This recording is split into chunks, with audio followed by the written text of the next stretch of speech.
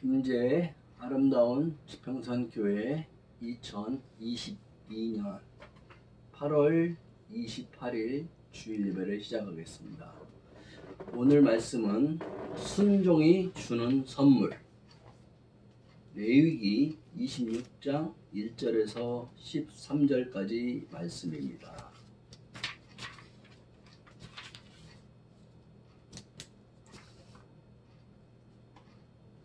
순종이 주는 축복.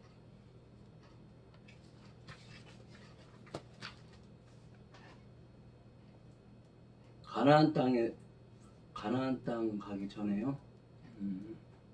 에덴 동산에서 아담과 하와가 이렇게 살고 있었잖아요. 근데 선악을 알게 하는 나무를 먼저 먹었죠. 생명을 알게 하는 나무도 있었고 각종 나무의 실과가 있었는데 동산 중앙에 있는 나무 중에 생명나무와 선악을 알게 하는 나무가 있었는데 뱀의 사단의 유혹으로 말미암으로 인해서 하와가 먼저 먹고 아담이 또 먹었어요. 근데 그걸 먹고 나서 어떻게 되냐면은 눈이 밝아지죠. 눈이 어두웠었는데 눈이 밝아진 거예요. 쓸데없는 것에 눈이 밝아진 거예요. 하나님이 원치 않는 부분, 보여주고 싶은 부분이 있고 보이지 말아야 할 부분이 있는데 보여주지 말아야 할 부분에 대한 관심, 그것이 밝아진 거예요. 눈이 밝아져서 사단이 뭐라고 유혹을 하냐면은 먹지 말라고 하더냐, 그러니까 먹으면 죽을까 하노라. 먹어도 죽지 않고 네가 그것을 과일을 먹으면 하나님과 같이 되겠다. 피조물에 있는 상태에 너 지금 있는 상태가 다가 아니야. 또 다른 세계가 있다. 그거는 지존. 네가 대장 되고, 네가 대장. 네 마음대로 하나님, 왜 하나님 의식하고 살아? 네 마음대로 네가 대장 돼서 네가 주권자가 돼서 살 수가 있는데, 그 말을 그렇게 하와는 귀담아 듣지 않았지만 보기에 보암직도 하고 먹음직도 하고 마음이 끌렸어요. 그래서 눈이 밝아진 결과 주권자, 내가 하나님 되고 싶고 모든 것을 내 통치를 하고 싶은 거예요. 하나님은 대리 통치를, 하나님의 뜻에 맞게 대리 통치권을 주기를 원하셨는데 그거를 빼버리고 내가 직접 통치하고 싶은 욕망이 들어왔어요. 그래서 애굽에 종살이하고 있던 이스라엘 민족 자손들이 430년 후에 모세의 인도에 따라서 바로의 종살이에서 해방이 돼서 노예의 삶에서 자유인이 돼서 광야 땅으로 오고 최종 목적지인 가나안 땅까지 가야 되죠. 그런데 문제는 광야도 가고 가나안 땅도 가는 데까지 문제는 없었지만 이 길이 맞는가? 왜 꼭 이렇게 살아야 되는가? 종살이 하고 싶던 그 노예 근성이 빠지질 않았어요. 자유인의 삶은 주어져 있지만 권리와 모든 책임을 줬는데 노예로 너무나 오랫동안 살아왔기 때문에 내 삶의 주인, 자유인, 하나님께서 허락하는 자유가 무엇인지도 잘 몰랐고 그것을 합당하게 누릴 수 있만한 준비가 돼 있질 않았어요. 그래서 하나님께서는 어떻게 모세를 통해서 시내산을 통해서 하나님의 거룩한 형상대로 살게 하려고 거룩한 율법을 주셨죠. 하나님의 법을 주셔서 너희가 이렇게 거룩하게 지키고 살면 너희가 거주할 땅 가나안 땅에 가게 되면 그곳에서 약속대로 너희와 나가 시내에서 언약을 맺었잖아요. 창조주와 피조물로서 축복을 하겠다. 하지만 그렇지 않고 언약을 이행하지 않고 나 외에 다른 신을 섬긴다거나 가나안 풍속을 따르게 되면 너희는 부정 탔어. 계약 위반이야. 그래서 그 땅에서 쫓겨날 것이다. 이제 그렇게 신명기에서도 이렇게 얘기를 하죠. 오늘 레위기 말씀을 보면서 그러면 쉽게 얘기하면은 뭐냐? 순종을 통한 자유인 축복을 주려고 하는 건데 우리는 불순종하고 있는 그렇게 살아왔던 관행이 있기 때문에 순종이 잘 안 되는 거예요. 저는 그렇게 생각해 봤어요. 하나님은 이스라엘 민족들이 광야 땅에서 가나안 땅에서 배반하고 불순종하려 할지 알았을까요? 몰랐을까요? 제 생각엔 알았을 것 같아요. 왜?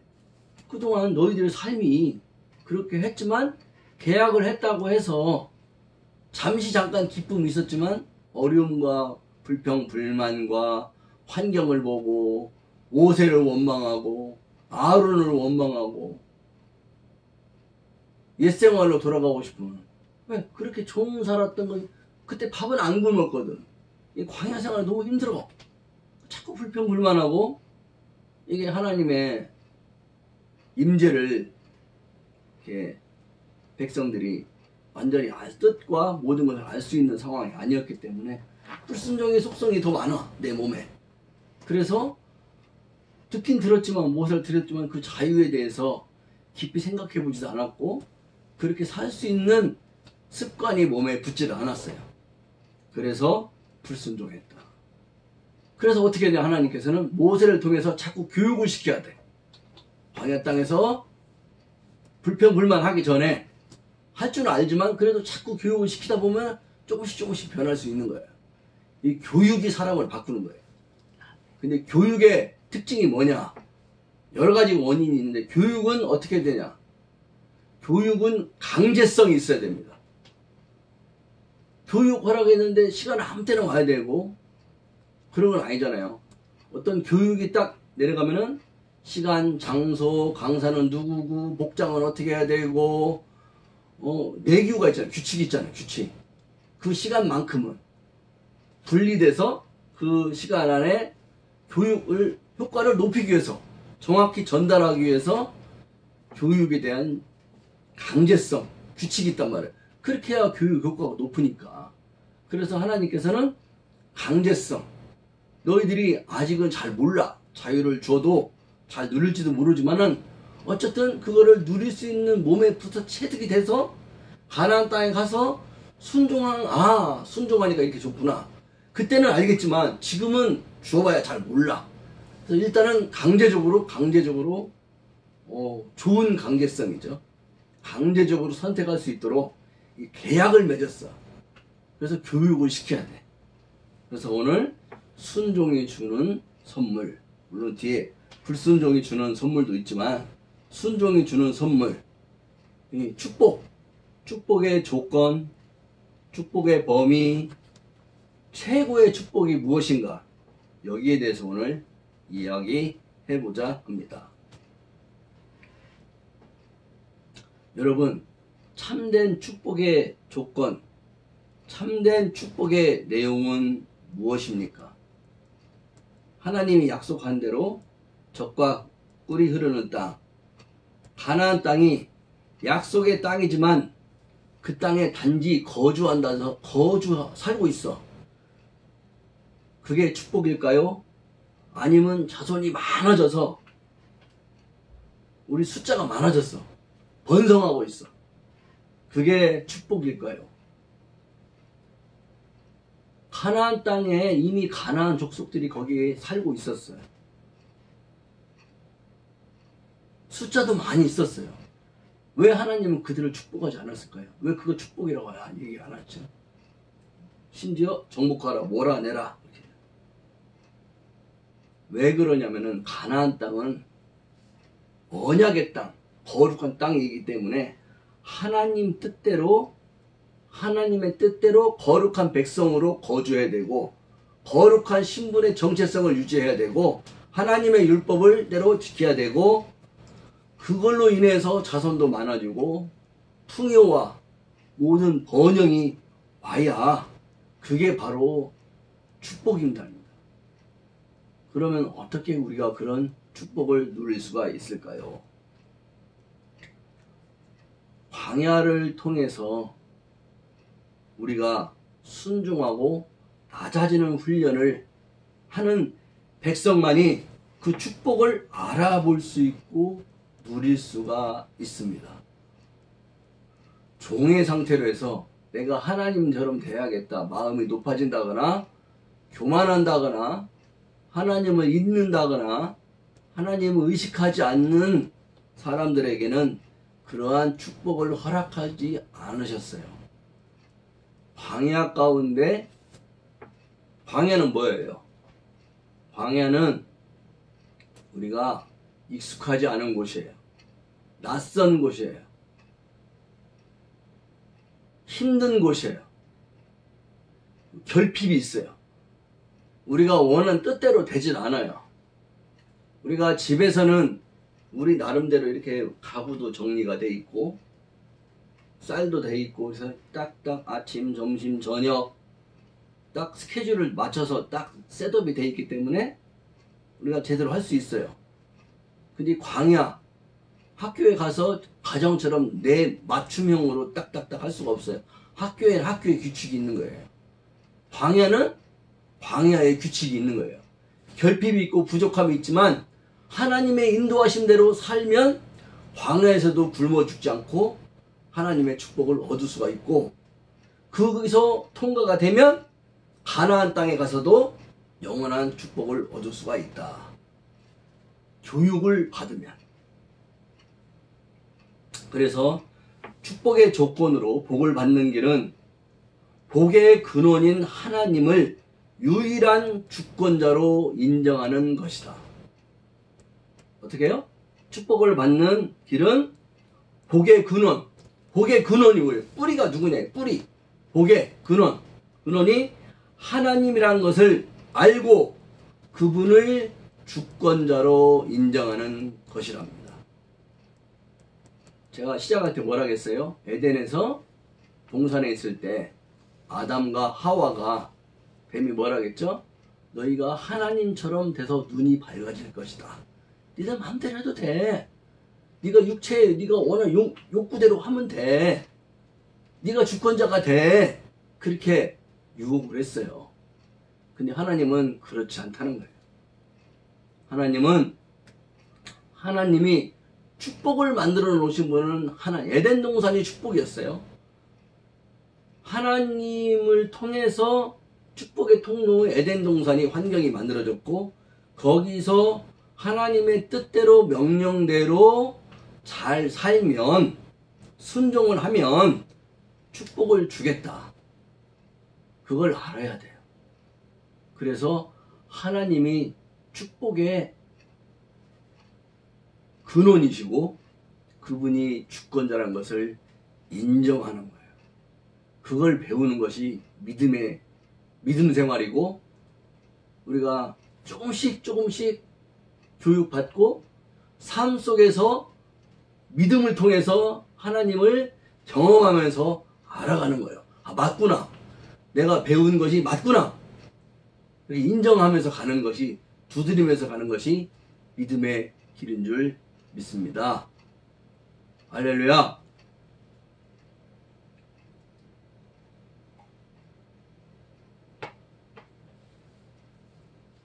그런데 오늘 말씀해 보듯이 우상 숭배하지 마라. 나 외에 다른 신을 섬기지 마라. 그러면 하나님은 왜 다른 신을 만들어 놓고 왜 우상 숭배를 하지 말라고 하지? 우리가 말씀 안 보면 그렇게 생각할 수가 있어요. 오늘 근데 그렇게 말씀하지 않고 너희는 자기를 위하여 우상을 만들지 말지니. 자기를 위해서. 우상은 자기 욕망대로 살려고 우상을 만드는 거예요. 없는 건데 다른 신은 원래는 없어요. 근데 자기들이 우리가 다른 신이다 하니까는 하나님 우리의 언어대로 다른 신이라고 언급한 거예요. 다른 신이 있어서 한 게 아니고 가나안 사람들이 다른 신을 만들어 놓으니까 우리는 그것도 따라가니까 너희의 언어도 알아듣기 쉽게 다른 신을 섬기지 마라. 다른 신이 없는데 조각해서 만들어 놓고 너희의 욕망대로 그거를 하기 위해서.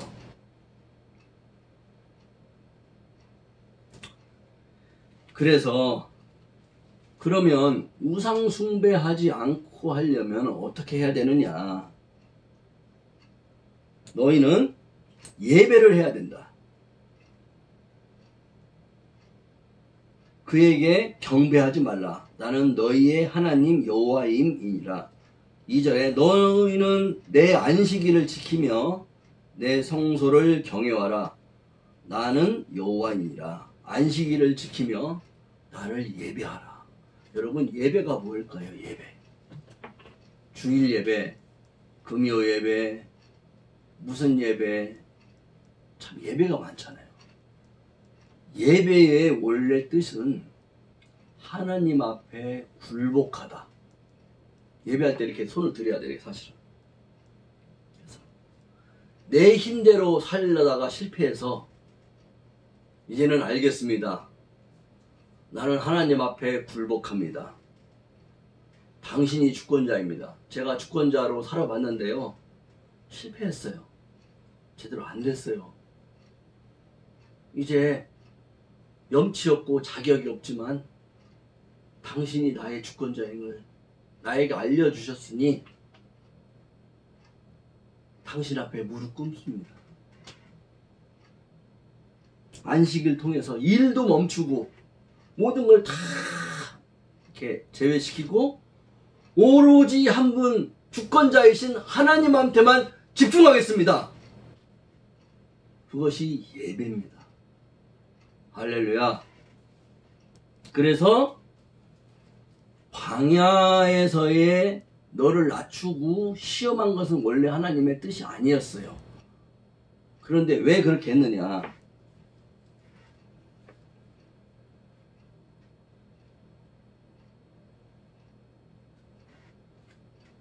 광야 생활에서는 너를 낮추시고 하나님께서 시련과 고난 속에서 마음의 근육을 훈련시키고 온갖 욕망이 요동치는 이 어수선한 세상에서 하나님의 리듬으로 자기 삶을 연주할 수 있도록 하기 위해서입니다.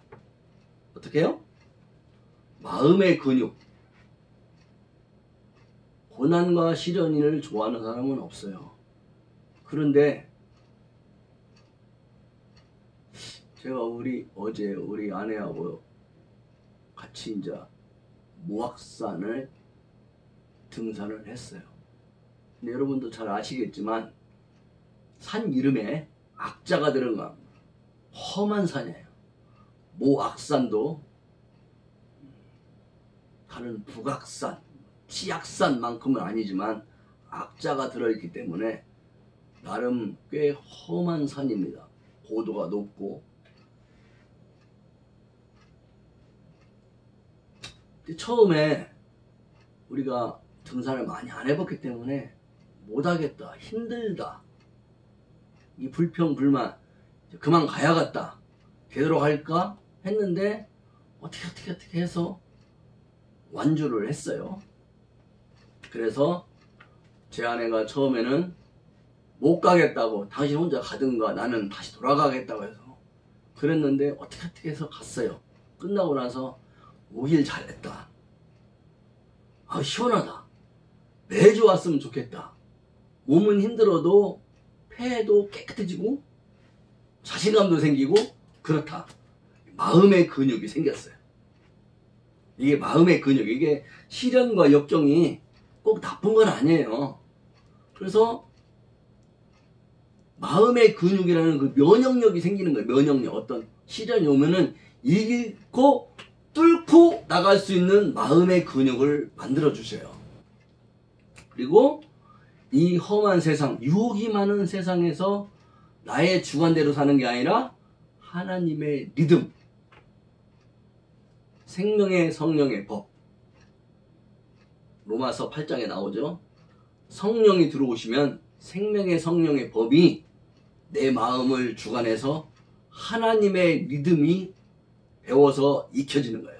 하나님이 좋아하는 건 좋아하고 싫어하는 건 싫어하고, 하나님이 쉬었다 가라면 쉬었다 가고 빨리 가라면 빨리 가고, 이렇게 하나님의 리듬을 배우는 거예요. 이렇게 자기 삶을 하나님과 이렇게 교제하면서 내 삶을 연주해 나갈 수가 있다. 할렐루야. 두 번째는 축복의 범위에 대해서 얘기를 하겠습니다. 하나님의 명령에는 약속이 따릅니다. 순종에 따른 선물이 축복입니다. 축복은 생명, 안식, 평화, 히브리어 말로 샬롬이라고 하죠. 평화. 무엇보다도 하나님과 관련이 되어 있고, 삶의 특정한 부분만이 아닌 삶의 전 영역에서 누리는 것입니다. 여러분, 국가가 해야 될 두 가지, 많은 것이 있죠. 두 가지 방법, 두 가지가 있어요. 두 가지. 첫 번째는 생존. 먹고 사는 문제. 생존을 국가가 책임져야 돼요. 백성을 위해서. 두 번째, 안전. 살기만 하면 뭐예요? 위험한 곳에 살고 있으면 안 되잖아요. 국방도 하고, 다른 나라가 침략하면 막고, 군대를 또 전쟁도 하고 막 그러잖아요. 그래서 결국은 아무리 저기 맛있는 것이 있어도 옆에 대적들이 있어. 그러면 동물의 왕국에서 여러분 봤죠? 거기 가서 먹어요? 안 먹어요? 맛있는 거 있어도 잡으면 거기 가다 맛있는 거 먹다가 잡아먹힐 수가 있으니까 안 가잖아요. 그래서 두 가지. 생존과 안전. 이것이 국가가 국민들에게 가장 해야 될 목적이 두 가지예요. 생존과 번영, 안전. 그래서 하나님은 뭐냐? 생명, 안식, 평화, 샬롬. 자기 주권이 있어야 돼요. 자기 주권. 샬롬. 하나님의 주권. 그래서 내가 축복을 받으면 이웃에게도 축복이 되고, 내가 있는 곳에 축복의 장소가 됩니다. 이것이 선교의 삶. 레위기 26장 4절에서 5절에 보면은 내가 너희에게 철을 따라 비를 주리니 너희가 음식을 배불리 먹고 너희 땅에 안전하게 거주하리라. 하나님의 샬롬은 무엇일까요? 하나님은 철을 따라 이른 비와 늦은 비를 주기를 원하세요. 비를 주기는 주는데 최근에 있었죠. 집중호우서 1년치를 한꺼번에 주어버려. 그러면 되겠어요? 안 되겠어요? 그러면 작물도 다 떠내려가 버리고 농사 망치고 또 사람도 죽기도 하고 사건 사고가 일어나죠. 하나님의 방식은 뭐냐면 한꺼번에 다 주는 게 아니고 때에 알맞게 철을 따서 이른 비와 늦은 비를 적당하게 곡식이 잘 자랄 수 있도록 사람들이 잘할 수 있도록 때에 알맞게 주는 것이 하나님의 축복의 방법이다. 또한 자연의 법칙에 따라서 소득과 풍요를 구하라. 일확천금을 꿈꾸지 말고 불로소득, 일하지 않는 일확천금, 다른 사람의 노동력을 착취하는 것, 나의 기쁨을 위해서 우상을 숭배하는 것, 또 직장에서의 강한 사람이, 권력, 힘이 있는 사람이 약한 사람, 특히 이성을 성적으로 이렇게 나쁘게 착취하는 것. 이런 것들이 다 뭐예요? 가나안의 방식이에요. 삶의 방식. 나만 잘 되고 다른 사람은 행복하게 하지 않는 거. 집단 이기주의, 개인주의, 집단 이기주의. 이게 바로 가나안의 삶의 방식. 이러한 방식을 버려라. 나도 잘 되고 너도 잘 되고 선한 영향력을 끼쳐라. 이것이 바로 하나님의 삶의 방식입니다. 그렇게 되기 위해서 지금 넘지 말아야 할 선이 있는 거예요. 항상 모든 관계, 모든 환경, 경계선이 있어요. 하나님의 말씀에는 경계선이 있어요. 그거를 넘으면 안 되는 거예요. 그 축복을 벗어나는 거예요. 그거를 지금 배우려고 하나님이 율법을 통해서 거룩한 백성으로 다시 태어날 수 있도록 이렇게 교육을 시키는 것입니다. 세 번째, 최고의 복. 하나님은 순종하는 백성에게 당신의 임재를 나타내시고 동행하시고 그 가운데 거처를 두십니다.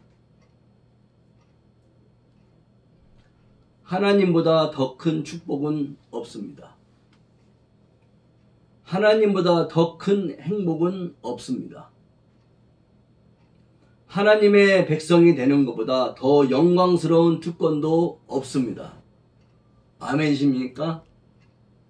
할렐루야. 아멘입니다. 오직 하나님만 있으면 된다는 마음이 참된 신앙인의 자세입니다. 믿음입니다.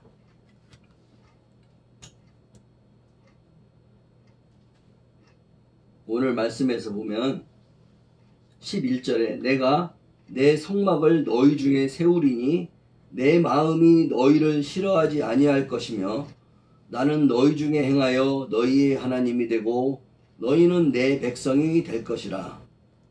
나는 너희를 애굽 땅에서 인도해 내어 그들에게 종된 것을 면하게 한 너희의 하나님 여호와이니라. 내가 너희의 멍에의 빗장을 부수고 너희를 바로 서서 걷게 하였느니라.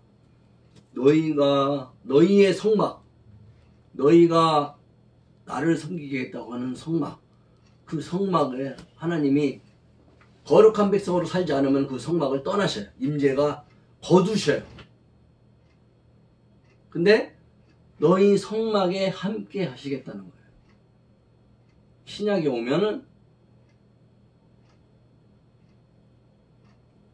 내가 너희들에게, 예수님께서 내가 제자들에게 너희들에게 가르쳐 지켜 분부한 것을 아버지와 아들과 성령의 이름으로 가르쳐 지키게 하고 내가 세상 끝날 것 같이 끝날 때까지 너희와 함께 해주겠다.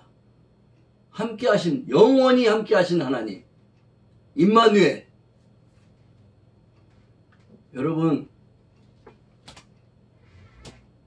정말 하나님 한 분으로 만족하십니까?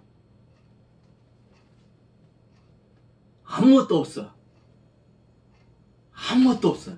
필요한 게 있는데 오직 하나님 한 분만 있으면 돼.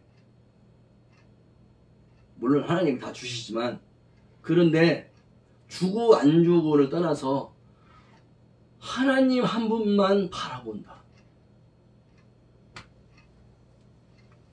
모르겠어요. 지금은 좀 그렇지만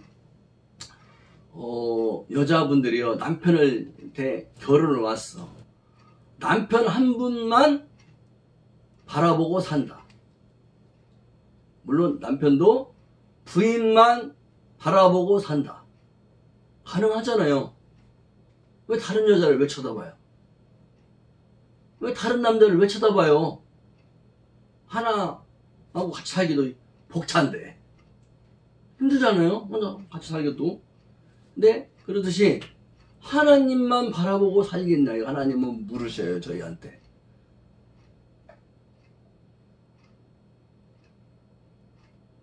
하나님, 그런데요, 하나님만 바라보고 살게요. 근데요, 이것도 필요하고 저것도 필요하고 집도 필요하고 차도 필요하고 직장도 필요하고 돈도 좀 필요하고요. 막 그래요. 근데 하나님이 이걸 알까요? 모를까요? 다 알고 계세요. 너희에게 필요한 거, 있어야 될 것, 얼마만큼 있어야 되는지 우리는 조금 있다고 했는데 하나님은 너 그거 가지고 못 산다. 더 필요하다. 알아서 주실 뿐이에요. 근데 그거와 관계없이 정말 하나님만 절대자이시고 난 당신만 있으면 살겠습니다. 하나님, 이런 고백을 듣고 싶어 하세요. 하나님은. 할렐루야.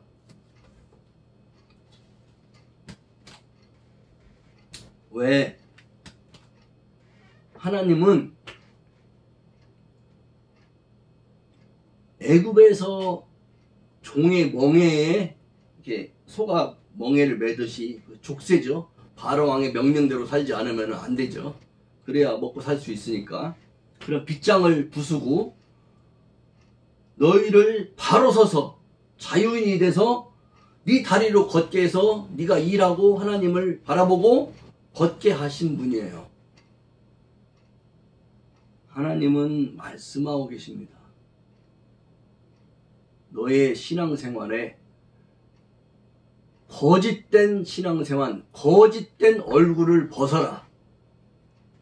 하나님을 속이지 말라.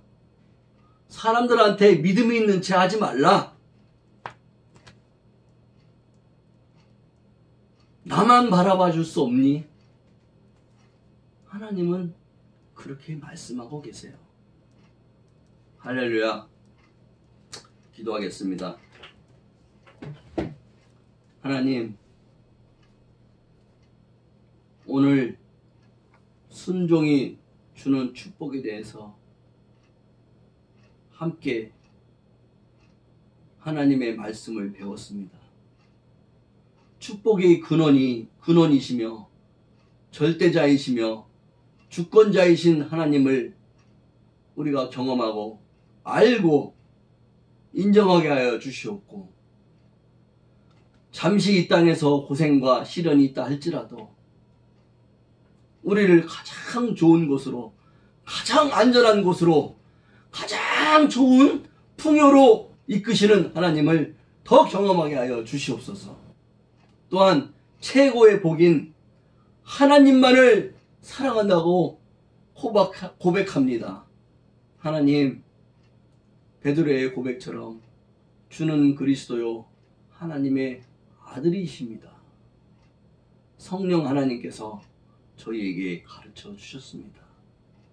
베드로의 고백이 우리들의 고백이 되게 해주시고, 우리의 믿음 생활 가운데 하나님만을 하나님 되게 해주시고, 하나님만을 영광스럽게 하시며, 하나님을 위해서 목숨을 바치고 나의 모든 것을 다하며 최선을 다할 수 있는 믿음 생활로 인도하여 주시옵소서. 우리 주 예수님